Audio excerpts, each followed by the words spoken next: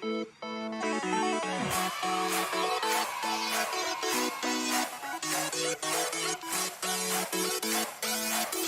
I was like, that's cool.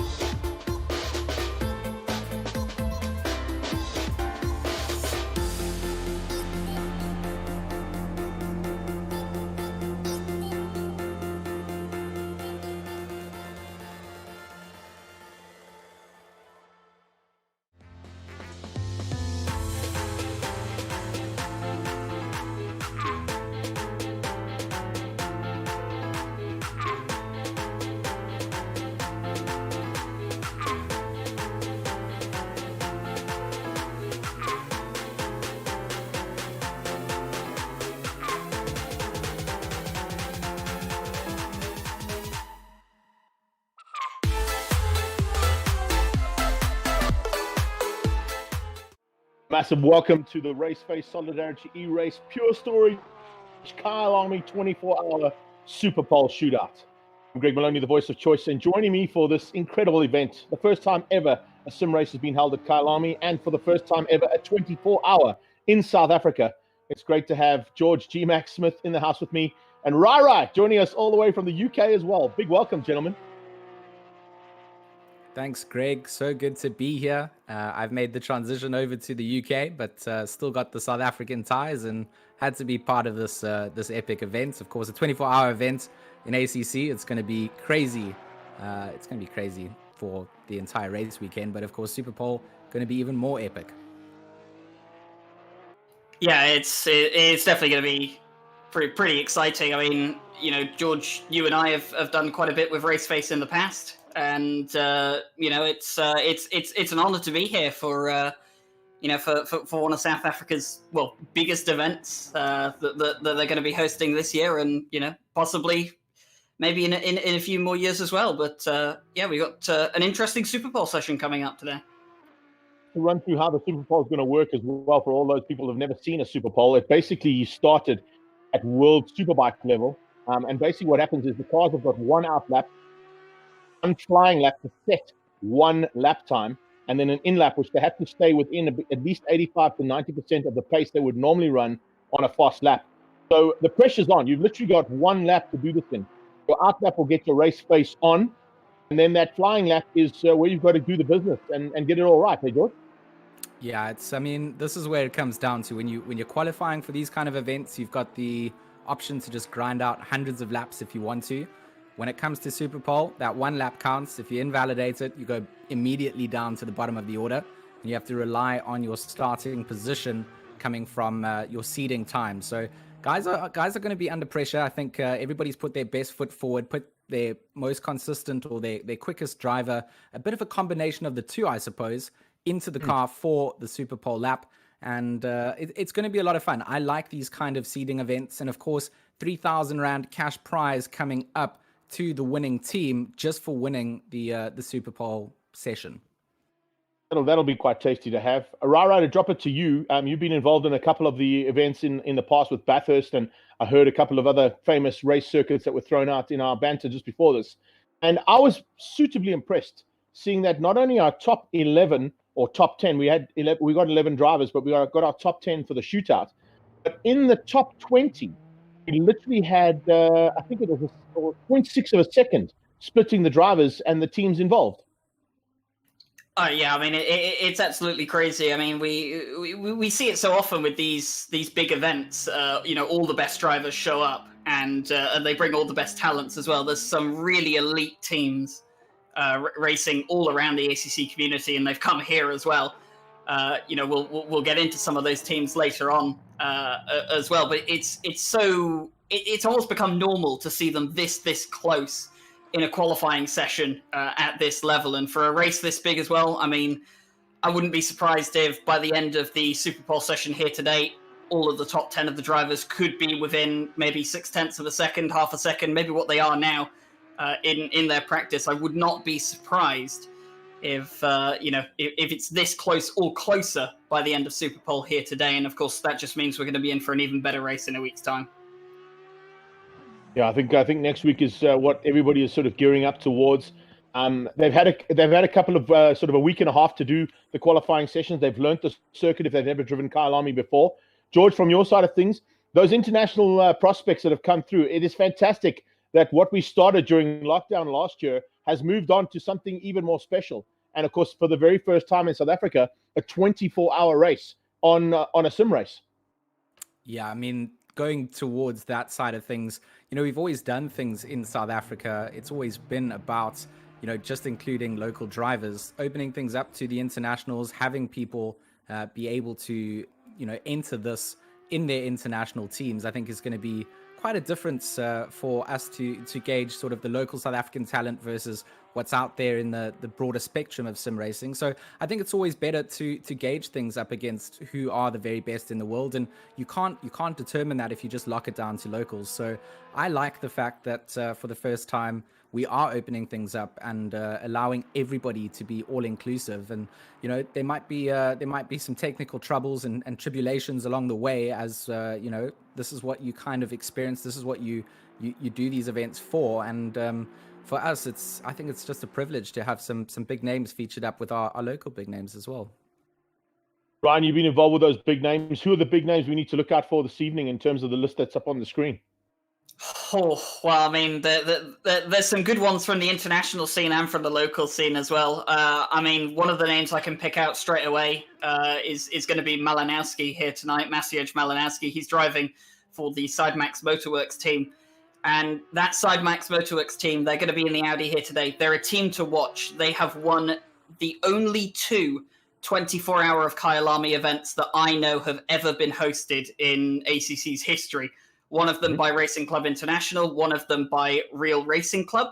And, Sidemax, they showed up, they won both of those events, and they want to make it a hat trick with this event here. And, well, they were on the front row of the grid for both of those events. Their goal today is going to be to throw their Audi on the front row of the grid. Jan Honorati is going to be another driver to watch as well from the international scene. He's, so much experience for Racing Line Motorsport. And of course, William Hendrickson as well for the Jonna Lacey Esports Academy team. But you can't ignore the locals either. Jordan Sherritt and Ulrich Enslin are 2 names I'm very, very familiar with over on the international side of things. So, I mean, coming down to who are the contenders, even, just those 5 alone, it's such a stacked top 10, and we haven't even got onto the other half of the Super Bowl candidates tonight. We spoke about the drivers, Georgie. We saw at the very first Solidarity E-Race we put together, car choice is pretty crucial as well. And I can see there's quite an array there. The guys have gone with the Bentley option, they've gone with the Audis, and they've gone with the Porsches. And if you look at the way things happened with Ulrich Enslin taking that very first victory in our Solidarity E-Race, the very first event we did, Porsche was probably the way to go. And of course, this is the home of Porsche South Africa. Yeah, I think when we look at those kind of things, I mean, the BOPs and things have been adjusted slightly as the sim has progressed through the different updates. But yeah, Porsche and Audi is very strong on the circuit. I think there's a big field being chosen around that, and I think it's crucial to drivers to identify what is going to be the fastest here. They've had the time to put it in, and you've got to put your best foot forward. Like we said, your best driver's gone with who's going to be doing a Super Bowl lap, and you all have to be able to pilot that beast around the track. So I like the fact that we've got the same sort of mixture coming in. I like that there's a couple of wild cards, the Bentleys, the Astons coming through as well. But I expect to see a good performance from the Porsches and the Audis in the real race. And of course, in the Super Bowl, it's mostly Audis. So it's going to be interesting to see if the Audis can top the Porsches. I know Jordan Sherritt, when I was chatting to him a little bit earlier, he was just telling me what a beast it is to drive around this track. Not quite as planted as he remembers it being. So it's going to be interesting to see if they can get a solid lap around. That's the one that counts, and that's you're playing for 3,000 Rand at the end of the Super Bowl session. I think the 3,000 Rand is just a little sort of cherry at the top of the cake, but more importantly is, of course, to have the honor of being on the pole position, and of course maybe the top. I think even the top 10 would be a good honor to be in, and already making it here for the Super Bowl is already showing that these guys have got exactly what it takes. Now, as I said, a couple of these guys may not have had the opportunity to drive the circuit in real life, but in sim, you've spoken about it, Rye. There's been a couple of occasions where the Kyalami Grand Prix circuit has come up as one of the big contenders in Assetto Corsa Competizione, and of course with you guys at RCI and all the other sim clubs and sim racing leagues that are happening around the world. Kyalami is certainly a fan favorite as well as a sim racer favorite. I mean, to put it any other way, it's a fantastic circuit, and I was quite a fan of Kyalami before it came to ACC. I'd seen World Superbikes go to Kyalami back when it was in a previous form to what it is now. But I think as soon as this track came to ACC with with the DLC update that came out for the Intercontinental Series, this track gained so much love from the international and the wider ACC community. I've seen people from other sims that say, "Oh, I wish iRacing had Kyalami. I wish R Factor 2 had maybe a non-mod implementation of Kyalami, proper dev support, and this is a circuit that has attracted so much love from a lot of people within the ACC community. It's a personal favorite of mine as well, and as a result of that, a lot of people do laps here. A lot of races get hosted here, and it's of course a circuit that a lot of people are familiar with. So when you get that kind of combination, some of the lap times you start to see around here are pretty incredible. Now, those lap times are now about to get going because we're about to start Super Bowl. To give you an indication as to how it all happened for those people who have not watched up to now, basically we've had about a week and a half of qualifying. The top 20 were then whittled down to the top 10. The top 10 are now going to a Super Bowl shootout, starting in reverse order of how they finished in the qualifying sessions earlier in the week. So you've got your slowest driver of the top 10 about to go out first, and then we'll whittle away all the way down to the fastest driver from the qualifying session, each of them getting basically 3 laps. But the only one that counts is the middle lap. The flying lap in the middle of those 3 laps is the one that counts, and it's the only one that they're going to be able to get the lap time in that could possibly put them on pole position and get them the 3,000 Rand.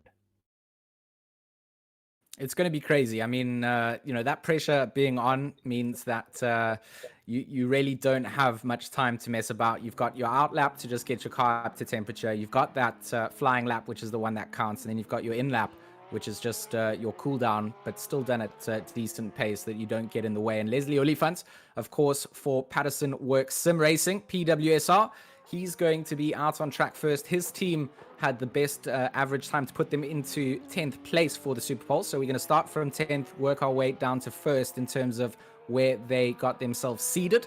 And it will be Leslie Oliphant to be the man behind the wheel of that Porsche to make sure that he establishes where PWSR is going to stand. Ryan, I want to throw a question out to you while he's on his warm-up or on the out lap. How important is it to have the car set up, and how quickly do these Pirelli tires come into their own, and will he have enough traction having only done 1 lap of the circuit to get heat into the rubber?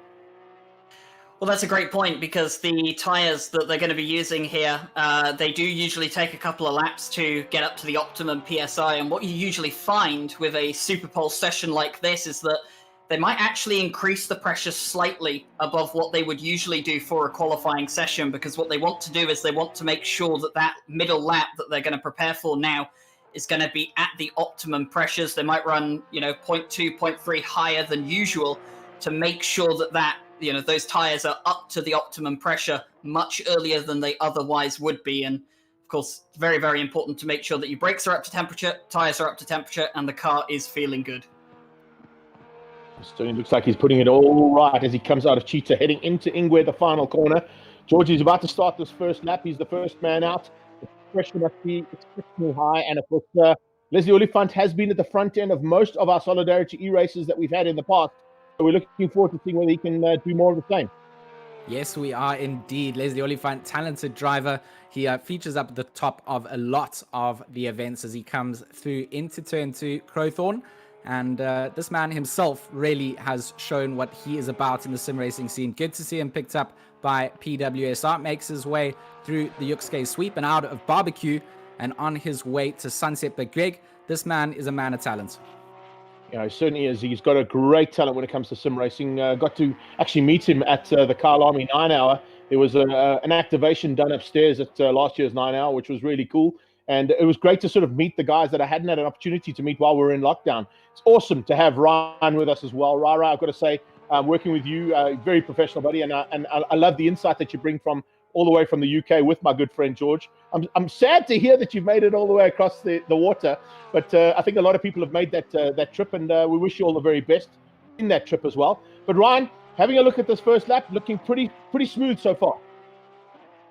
It's looking pretty good at the moment for the number 10, and no serious mistakes that I've seen so far. And this is going to look like a very, very solid banker lap for a lot of these guys out here to beat today. And that's kind of the pressure that you have being the first driver out on the track. You've got to set the benchmark. You've got to set the time that everyone's going to be aiming for.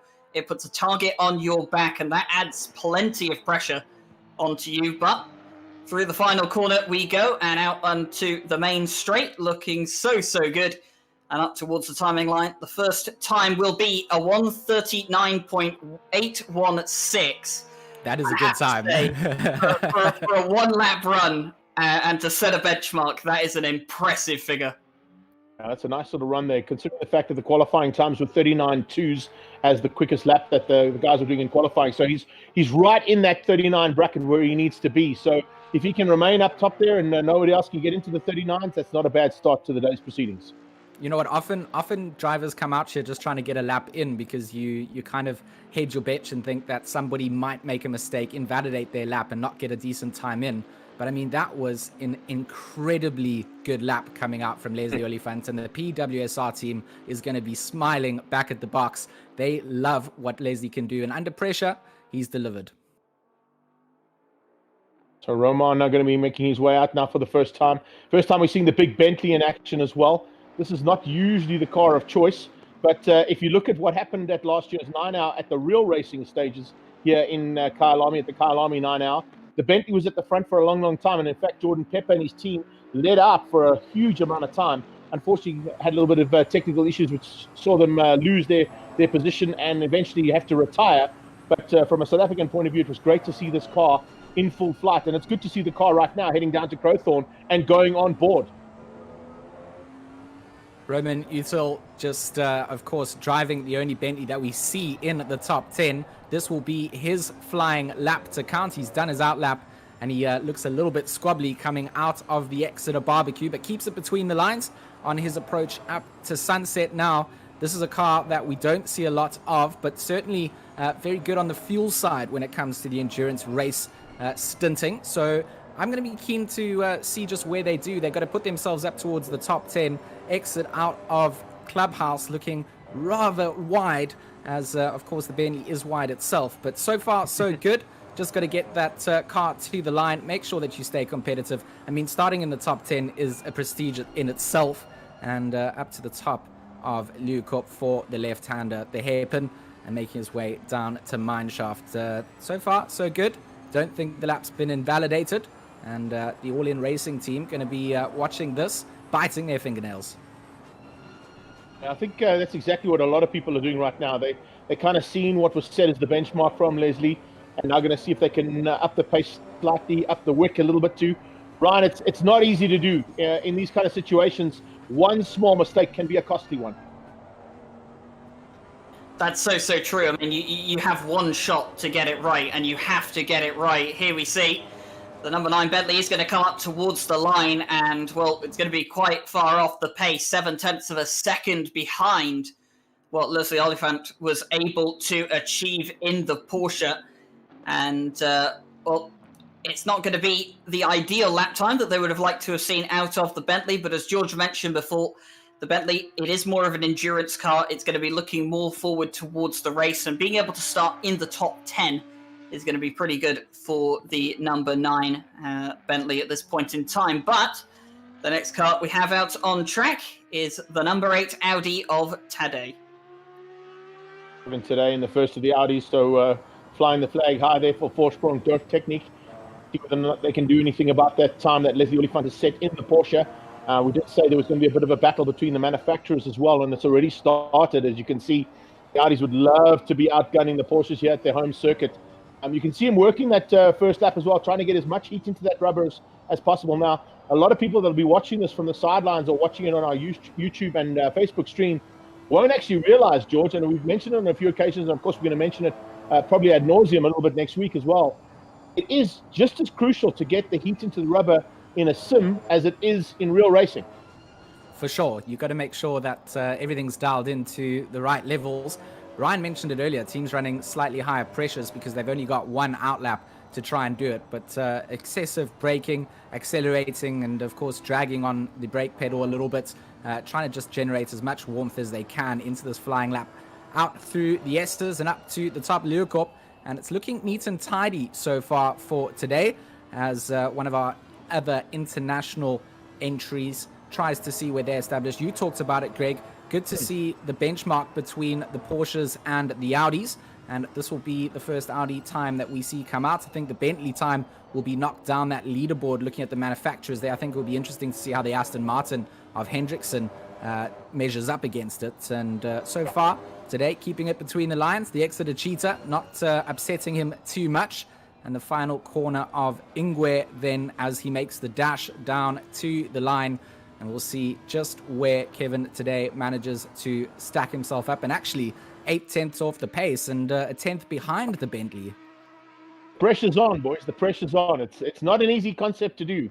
Superpole always looks like it's an easy concept, but I can tell you from having watched it at World Superbike level here at Kyalami Grand Prix circuit, doing the live commentary on television as well as the live commentary at the circuit, and watching it, of course, with the Volkswagen Polo Cup here in South Africa, which also runs a Superpole aspect to their racing for the top six.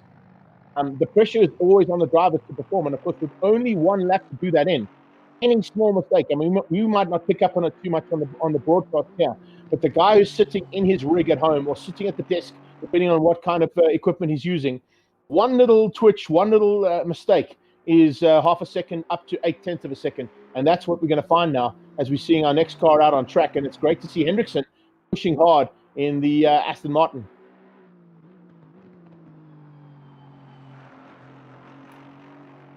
Slightly confused as to why William Hendrickson seemed to have stopped on track down towards turn 2. And as far as I'm aware, George, you may be able to correct me if I'm wrong on this. This was supposed to be their timed lap, was it not? I mean, as far as I understood, it should have been their timed lap. I'm not quite sure if their driver pings are causing a little bit of chaos coming out here, but certainly would have thought that this was his timed lap to the line. We'll have to see what comes down, but I mean, they only had one out lap and one hot lap to do it, so let's just have a look and see what Hendrickson manages to do. Of course, the Jean Alesi Esports Academy, another big international team joining up for the 24. And we'll just have to track and see into Ingwe now and out of the final corner as he makes his dash down to the line. William Hendrickson will go over the line, and there we go. I mean, we have confirmation, 10 seconds off the pace. So that was a bit of a thrown away lap coming out from the number 7. All right, you're spot on there. Coming down to Crowthorne, he literally pulled to the side of the circuit. Maybe something was going wrong, or maybe there was some issue he picked up, which we can't see, unfortunately, in his rig. But definitely capitalized, and you can see it on the time. 10.3 seconds off the pace is not where you want to be when you're up against the likes of these kind of drivers. Yeah, I mean, it's not ideal to put it that way. I mean, realistically, you're going to be starting at the back of the top 10 with a lap time like that, unless someone invalidates a lap. And, well, it's not great for the Jan Alesi esports team, but Jan Onorati, he will make his way around the circuit now for the Racing Line Motorsport entry. And, of course, as George just alluded to earlier, another international entry that is definitely worth keeping an eye on. And, I mean, this is a team, George, that we know over the last 12, 14 months that there's some serious talent in this team. And Jan Onorati is not the quickest driver from Racing Line Motorsport, but he's definitely got plenty of pace in himself. You're not wrong. You're not wrong. And when it comes to the endurance races, always a good team to keep an eye out on. You know, race isn't made up in the first hour when you're racing for 6, 12, 18, 24 hours. It's all about getting the car to the checkered flag. So Jan Onorati is a great entry, a great participant. And of course, Racing Line Motorsport as a team has just been featured all over sim racing. So good to see their entry coming through as Jan makes his way down through the mine shaft and down into Crocodile. I think, you know, everybody here will have seen Hendrickson's lap and be sort of a little bit relieved knowing that they can stack themselves up within the top 9 and not worry too much about pushing hard. But you want to win the prize money that's being put up for grabs for the Super Pole lap as well. So down to the line, the number 6 goes. Where does the Audi stack up? And they will go fourth fastest, 1.3 seconds off the pace, so 141.202 will be the best that the number 6 can do. Another aspect that you need to bring into account with Onorati going out there, sometimes with these teams, which we find in some of the endurance races in South Africa, is they don't necessarily put their fastest driver in for a Super Pole scenario. They put the driver that has the best BMT, in other words, big match temperament, and the ability to possibly live up to what Super Pole is. So, you know, I mean, most of them have gone with their quickest drivers for sure. But Onorati, you were mentioning, Ryan, might not be the quickest driver in that team, but maybe he's got what it takes just for the Super Pole aspect. Definitely a possibility, and something to keep an eye on. I would not be surprised if next week we see a very different driver start that car, a particular driver that I'm sure George and I already know the name of, and I'm pretty sure if we have some international fans here, they probably know the name of Kevin Saklari as well, and I wouldn't be surprised if we see his name in the starts for that car. But we have Lucas Kraser in one of the Sidemax Motorworks Audis. We have two of them here today, I believe. We've also got Malinowski, who'll be coming out later on. But two Sidemax Motorworks teams in the top 10 for Superpole. I mean, it does tell you a lot of what you need to know about how successful and how competitive this team is. Yeah, certainly. I was very impressed with what we were doing during the qualifying sessions and watching what the guys were doing to get their cars set up right and learning the circuit, because I could see a couple of guys may not have participated in big events at this circuit. And of course, this is a daunting circuit to get used to. The undulations and the elevation aspect comes in. A lot of guys will also be thinking themselves, we're at a very high altitude, which means that the guys are going to take that into account as well, George. So a lot of people don't realize that even when we speak about the heat in the rubber and the heat in the brakes, the engine capabilities need to be taken into account. And with the real Kyalami 9-hour that happens here with the Intercontinental GT Championship, a lot of teams got caught out with the altitude aspect. Yeah, I mean, luckily for the sim guys, it's more about, Kraser over the line. Sidemax Motorsports up into third place, just behind the likes of the Bentley, and just 0.03 of a second behind Util there, but still Leslie Oliphant for PWSR sitting up at the top. So that's an incredible lap coming out from them. I think they've got a little bit more in them as well, but when it's up to Superpole, one lap counts, and that's all that you can do. As Stefan Wessels comes out in the number 4, a local racing team that is going to be competing, of course, and a little bit of an interesting driver lineup that we'll get to talk about more later on. Yeah, so as he comes down to Crowthorne now, locals will be shouting hard and maybe looking for an opportunity to find someone to shout for next week. Because remember, everybody, next week from 12 o'clock Saturday until 12 o'clock Sunday, the 8th and 9th of May, we are kicking off the first 24-hour in South Africa in sim racing history. It's going to be an incredible event, courtesy of Raceface and Solidarity E-Race, the Pure Storage Kyalami 24-hour. We've got associate sponsors back on board with NEC and Data Science Corporation, Oxide, RCI are here, and of course we are playing. Oh, we're not playing. We're in the sim racing world. And this world, of course, is brought to you by Assetto Corsa Competizione. And it's the Intercontinental GT cars that race here at Kyalami that we're seeing in full flight now, with Stefan Wessels trying to fly the flag high for South Africa. Got a lot of work to do if he wants to top that time from Leslie Oliphant, of course, PWSR, also a South African entry. And I think that Leslie's banker lap, we can't even call it a banker lap, 1:39.8 coming out under pressure. There's going to be certainly some work to be done by drivers to try and top that. But Wessels coming down into the braking zone now for Crocodile as he makes his run up to Cheetah. Also looking nice and planted in his Audi. I love the splitter cam view as well. Gives you a nice understanding of the undulations and the change in altitude, like you talked a bit about, Greg. Some pretty big hills climbing up to the top of Leeuwkop, and the dash down to the line out of Ingwe. And we'll see where they stack themselves up to. They will go second, 2/10 behind Oliphant, 1:40.047, and that is also a blisteringly good lap under pressure. That's a very good lap. Ryan, I like the way George put that. The undulations and, of course, the elevation here at the circuit. If you've ever been to this track, do it on a bicycle and you'll see how hectic it is.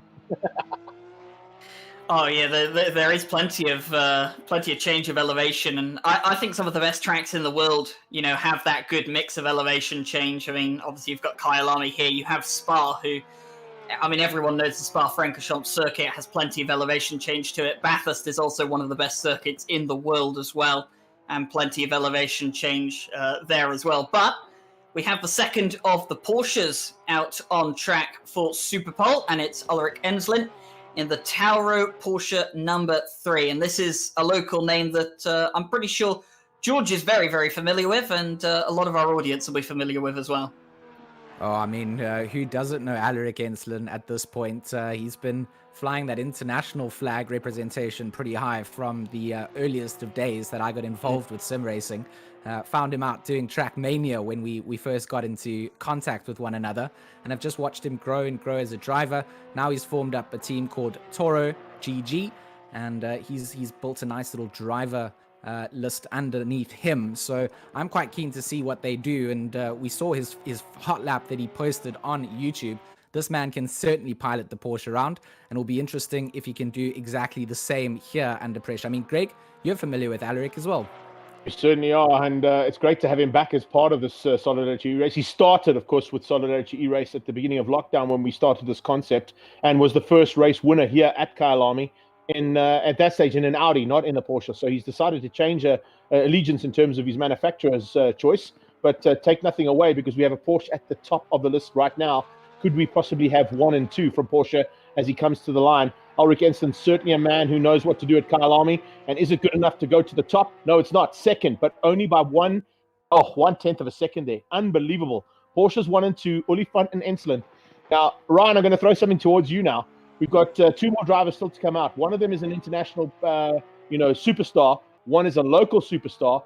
And with Olifant's 39.8 that he set at the start of this, is it possibly going to be on a similar vein to what we used to see in World Superbikes with Troy Corsa, where he was the man to beat and would go out and literally blitz the pace and try and get everybody else to try and find a way to close that pace down and possibly spoil his day? Right now, it doesn't look like anybody can spoil Olifant's day.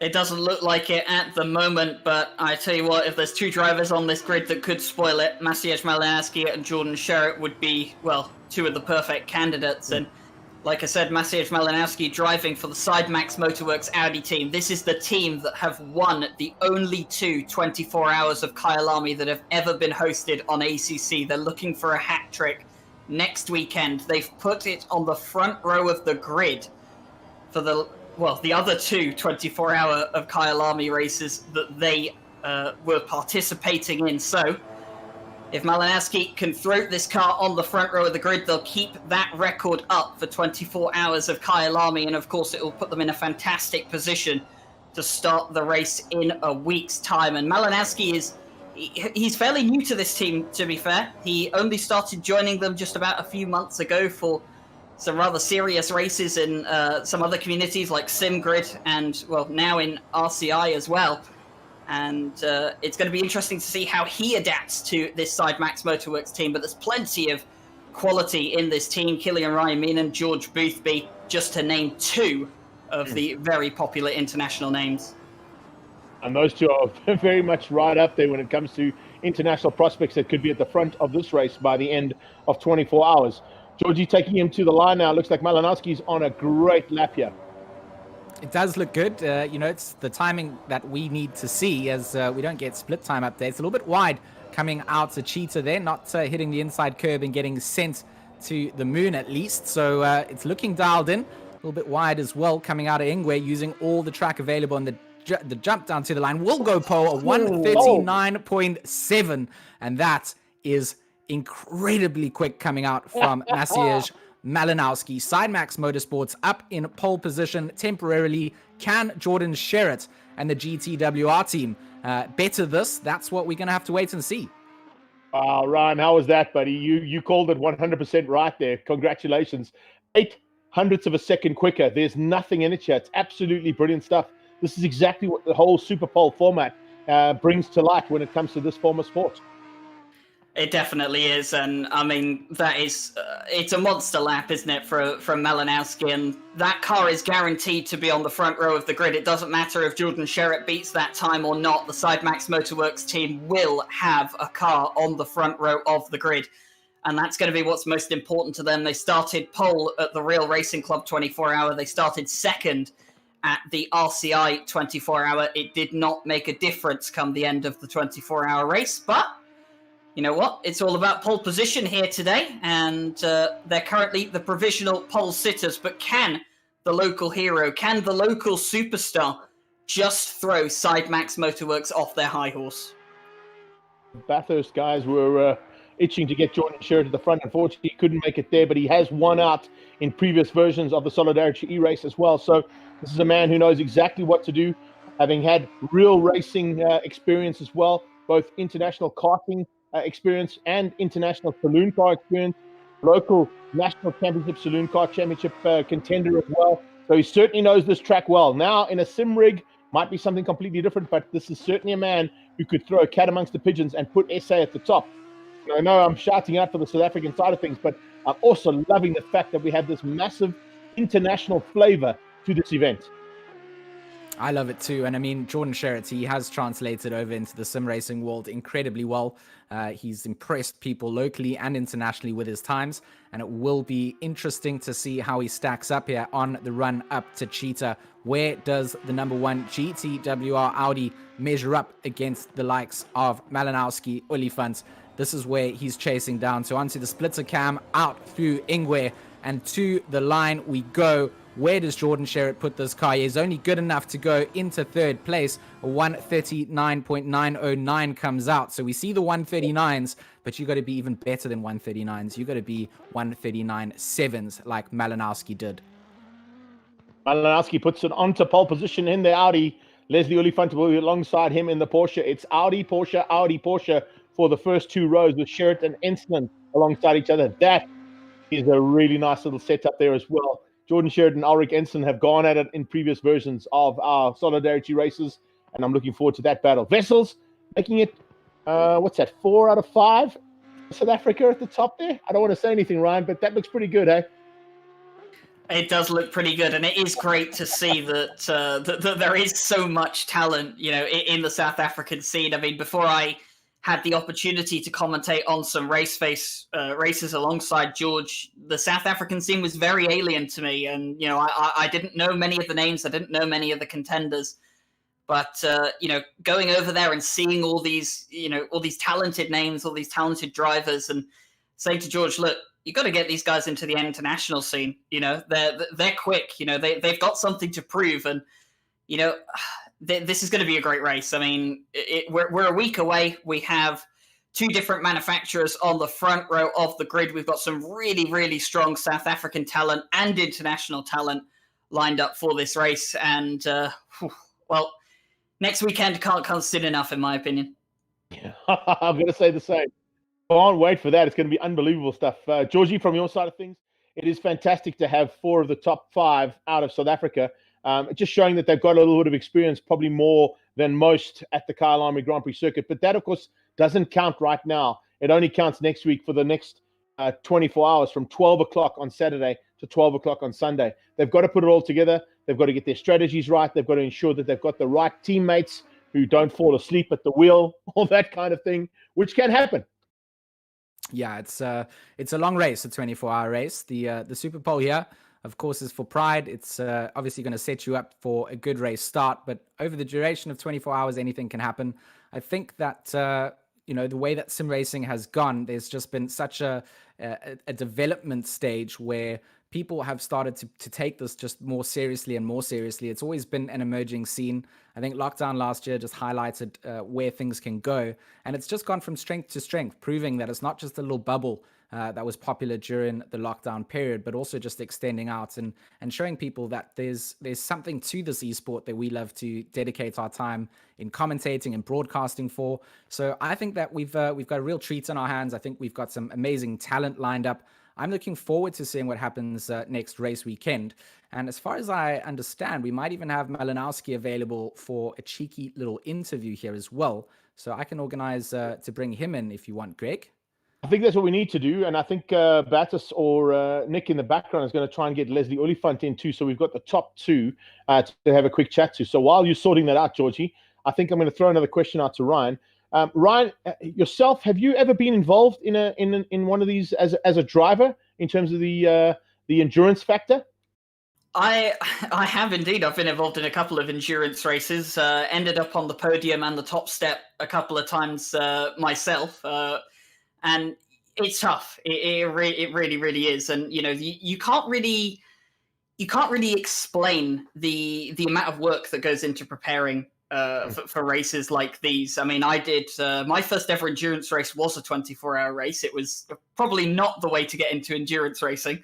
But I tell you what, the amount of planning that goes into it, the amount of preparation that goes into it, the amount of work that you don't expect to put into it, it really is quite astonishing the first time you get into it. But I just can't look at single 1 hour races the same way again. They just don't. They don't give me that emotion, that feeling that I want from an endurance race, and it's one of the reasons I've kind of stopped doing weekly racing so much, and I'm really only interested in the endurance races now, is because the amount of preparation and work that goes into it, it feels that much more special when you do get it right. George, I'm going to throw the same question to you before we bring Malinowski and Olifant into the studio to have a chat with us. From your side of things, you've done some commentary for endurance races, but from a racer's point of view, have been involved as well with your team in the past? Yeah, I have been. I mean, when I first got into some racing, I jumped in. Alaric Enslin and I had a little taste together very early on. We did an awesome two-man drive in a Porsche RSR out for a community and R Factor 2. And that kind of where the bug bit. I haven't done too much driving since then. I've obviously recently just shipped all my stuff over to the UK, so I'm still waiting for that to all arrive. But as soon as it's back, I'm going to set up and be ready to do some endurance racing again. So I've also had that bug bite me, and I'm ready to see what else I can do. Well, I can tell you I've had experience on both, and I'm about to have my first experience in a 24-hour sim race as a commentator. But in the real world, for South African Superbike Endurance Championship 24 hours, as well as for South African Karting Championship 24 hours as well, which I've commentated and raced in both. So we've got a bit of experience in terms of what we need to do here. But more importantly is to bring in our top two. I'm not quite sure who's next got for us first, but when we get into the interviews, we're going to be chatting with the top two there. Malinowski on pole with a 39.7. That's an absolutely amazing lap he put in there.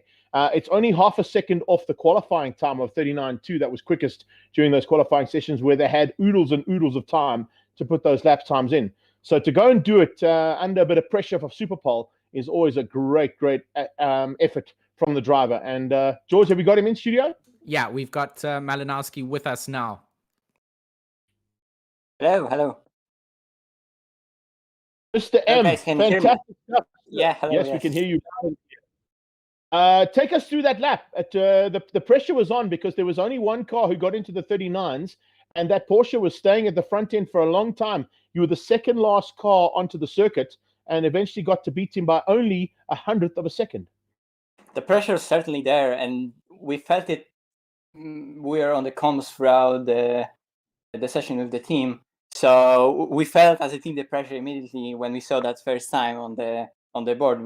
Because we knew that practice is practice, but then when it comes to it, putting a 39, whatever it is, a 39 on the board will be extremely difficult. But on the lap, I kept it cool, and I'm actually surprised how fast that lap is, because I didn't expect it to be a 0.7. I was thinking throughout the lap maybe it was gonna be 0.8, maybe 0.9, and then I made a mistake on the last corner. Maybe I was there a tenth or maybe less than a tenth on the exit. But I guess I carried a lot of speed throughout the corner. That's why it managed to be a 0.7 that lap. But yeah, I'm still a bit shaking because the pressure on those kind of hot laps is enormous. But now I'm so happy. Sorry? I said the pressure is now on you and the team to perform because you've kept your record that Ryan has been waxing lyrical about during the commentary, stating the fact that at the previous two rounds of the Kyalami 24-hour, you guys have won both, but you were on the front row for both as well. Now being on pole must be just one step higher, and just puts you into the right frame of mind for next weekend. The plan is to win, and we made first good step forward, so we're on the front row and on the inside, so that's good. Well, the pressure is on definitely from behind. We have so many fast entries behind, and the competition will be at the highest level. So let's see, it's a 24 hours. We all know that question, how important is qualifying in a 24-hour race. So, at least for the first few hours, we're gonna stay out of trouble, hopefully. We're probably not gonna be in that mix in the first few stints in the midfield when you never know what can happen. Of course, at the front also something can happen, but it's at least a bit safer. And we can just proceed straight away with our race and with our plan. So let's see. It's a 24-hour. Everything can happen. George, a question from you? I mean, from my side, I think looking up at Leslie's time, were you expecting one of the South African drivers to get like put pressure on in the 39s, or did you think coming in here that the pressure wouldn't be as high? Well, we saw the times in the practice servers, and we know drivers in ACC community, and we know what they are capable of, and definitely you guys have a lot of fast drives. So the competition is, like I said, at very high level as everywhere.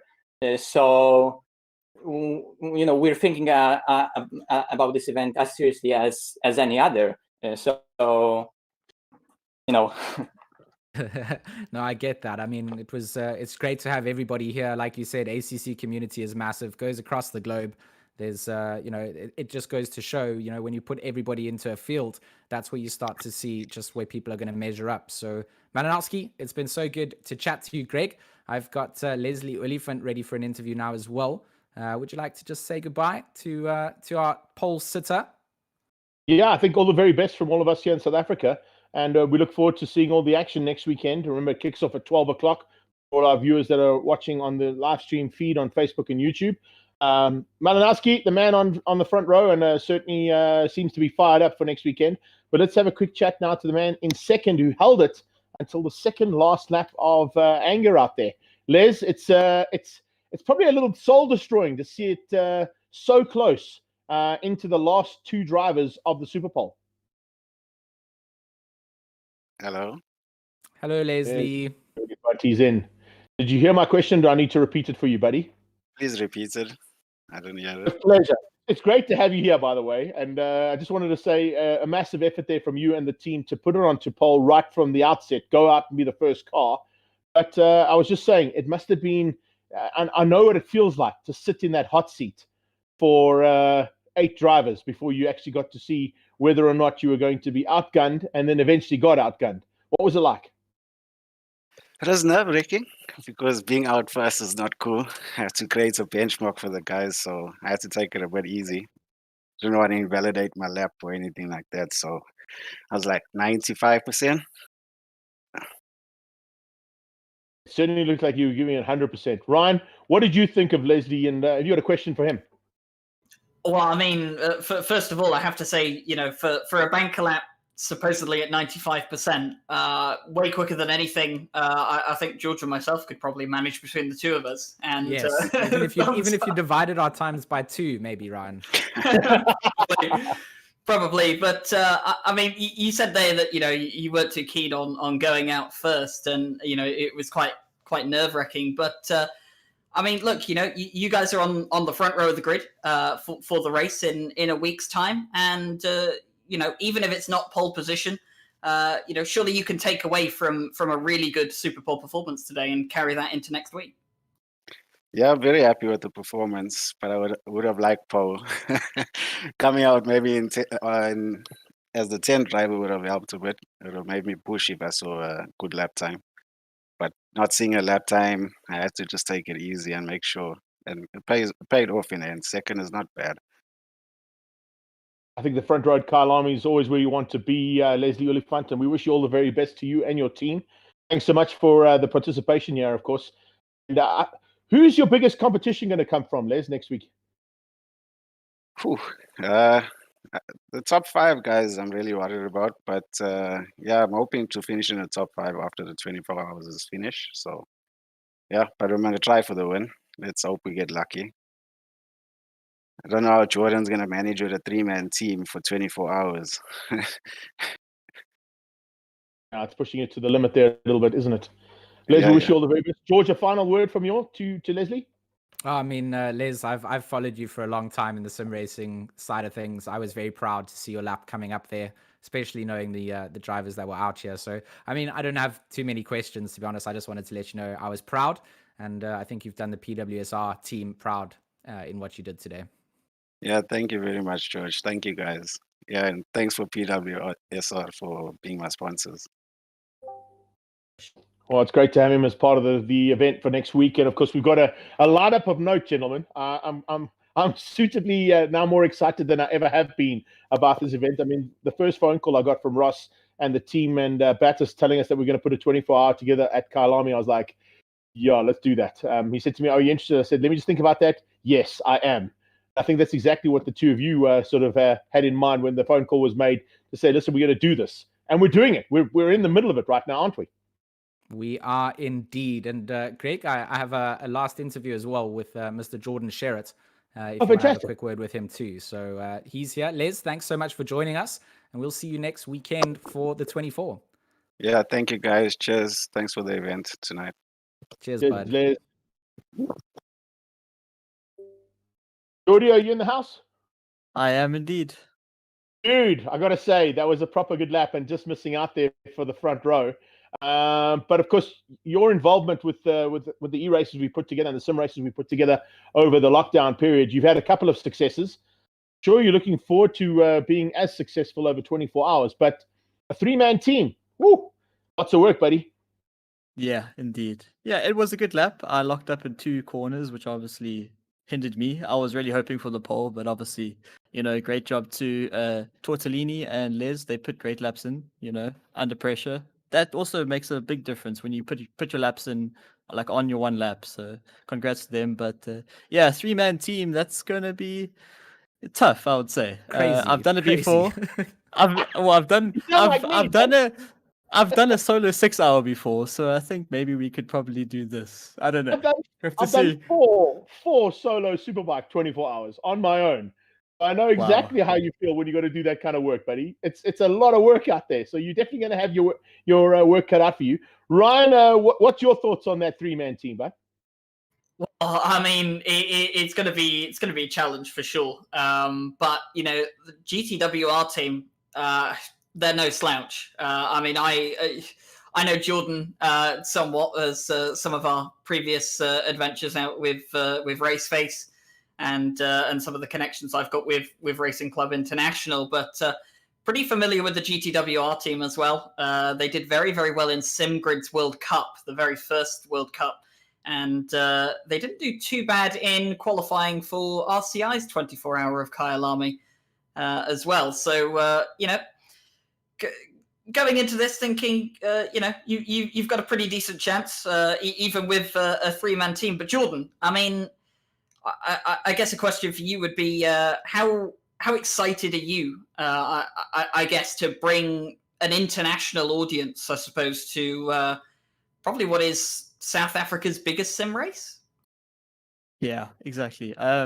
It's actually quite crazy because there's quite a few international guys watching in the stream, which is actually amazing, and it's what we always wanted in South Africa. So this is a pretty epic start, to something really big and in the future. So yeah, I mean, obviously the best way to do that is to win, as a South African team, in inverted commas, because obviously my teammates are German and Italian. So at least I'm in the team, so hopefully we can bring it. But yeah, it's pretty epic. It's amazing, actually. It's actually pretty incredible. And, I chat to Bertus here and there, and, to have this is, yeah, I'm sure he's even more chuffed, to have this, as well as you, George, I'm sure. Yeah, no, this was always the dream, George, not just have a little bubble of sim racing just in South Africa, but expand it out and be able to put our best drivers up against the best in the world. I think, it's the start of the progress that we wanted to make. So I'm very stoked on that. We wish you all the very best for next week, buddy. Try and get lots of sleep over the next 7 days, and we'll see you on the grid next Saturday. Yep. Cheers. Cheers, Thank Jordan. So there you have it, guys. We're going to be going into a week now of preparation. Final couple of comments from the two of you. Ryan, what is the preparation that these guys have got to do? I mean, I spoke about getting a lot of sleep, but that was tongue in cheek. What is the prep that these guys will be doing in the next week? Oh, well, I mean, the prep that they did for this Super Bowl right here, you're probably going to be doing that double, three, fourfold. You're going to want to make sure that you are the sharpest you can be for this race. You're going to have to go through stint planning. You're going to have to go through emergency planning. What happens if there's an accident? Who's going to take over the car? What's going to be the plan? You need to run through so many different situations that can happen over the course of 24 hours. It's an entire day. So much can go right, so much can go wrong, and things going wrong are the things you have to worry about the most.